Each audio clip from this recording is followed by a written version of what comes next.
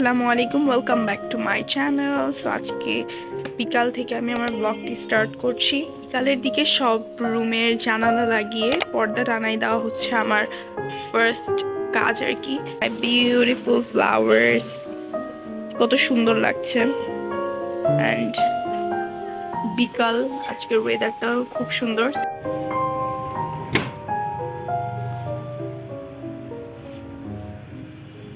আজকে বিকালে আমি প্ল্যান করেছি একটা পিৎজা বানাবো, নট অনলি একটা বাট দুইটা পিৎজা বানাবো।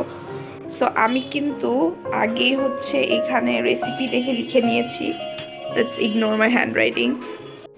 তো এখানে আমি 1 কাপ পরিমাণ উষ্ণ গরম পানি দিয়ে দিচ্ছি, 3 টিস্পুন পরিমাণ চিনি দিয়ে দিব আমি।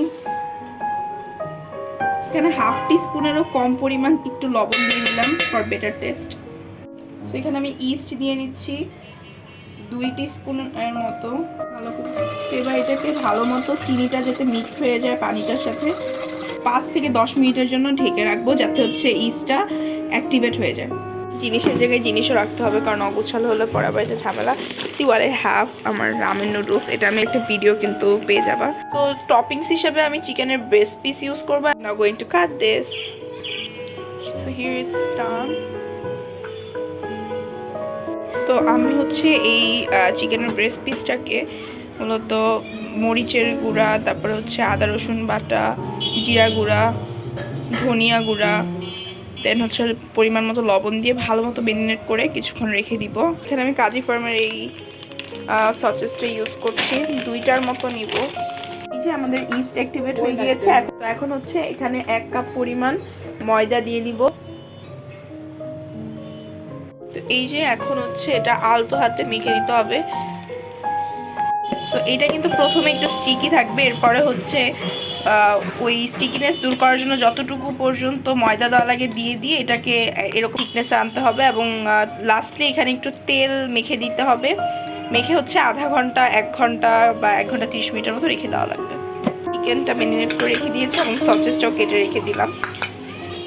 পাশাপাশি ক্লিনিংও করে নেওয়া হচ্ছে। ইস্টটা একটু এবড়ো থেবড়ো হলেও খেতে মজা হলেই হইলো, কারণ টেস্টটাই মেইন। আমরা যেটা এত প্রফেশনাল না। তো এখানে এখন টপিংস হিসেবে আমরা ইউজ করছি এই যে, আমি কিন্তু এখানে চিকেন সসেসটাকে একসাথে ভেজে নিয়েছি। এখন শুরুতেই দিয়ে দিচ্ছি পেঁয়াজ। তো এখানে মোজারেলা চিজ ইউজ করা হচ্ছে। সবচেয়ে ফেভারিট পিৎজার মধ্যে যে পার্ট, সেটা গিয়ে চিজ। তো এটা আমি বেশি করে দিয়ে দিব। তো আমি এখানে ওভেনে 10 মিনিটের জন্য প্রিহিট দিয়েছি, এতে করে পিৎজাটা কিন্তু আরও বেশি ভালো হয়, পারফেক্ট হয়।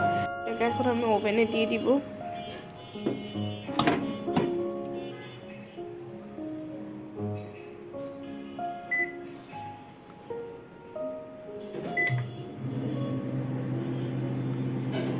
On the way. খাওয়া দাওয়া শেষ করে সন্ধ্যাবেলা পড়তে বসে গিয়েছিলাম। পড়া শেষ করে আমার মনে হলো যে আমার যেহেতু প্রচুর পরিমাণ শরীরটা টায়ার্ড হয়ে গেছিলো, অ্যাজ আমার অনেক ঠান্ডা লাগছে। অ্যান্ড রাতের দিকে যে কোনো রোগী না একটু মনে হয় একটু বেশি বেশি কাবু করে ফেলে মানুষকে। তো আমি ভাবলাম একটু মাইন্ডটা ডাইভার্ট করতে একটু গল্পের বই পড়া যায়। So recently about 3 story books. তো আমি ভাবলাম একটু পড়ি। যেই ভাবা সেই কাজ, গল্পের বই নিয়ে বসে পড়লাম। And that is it for today. আবার নতুন একটা ব্লগ নিয়ে চলে আসবো আপনাদের মাঝে খুব সুন।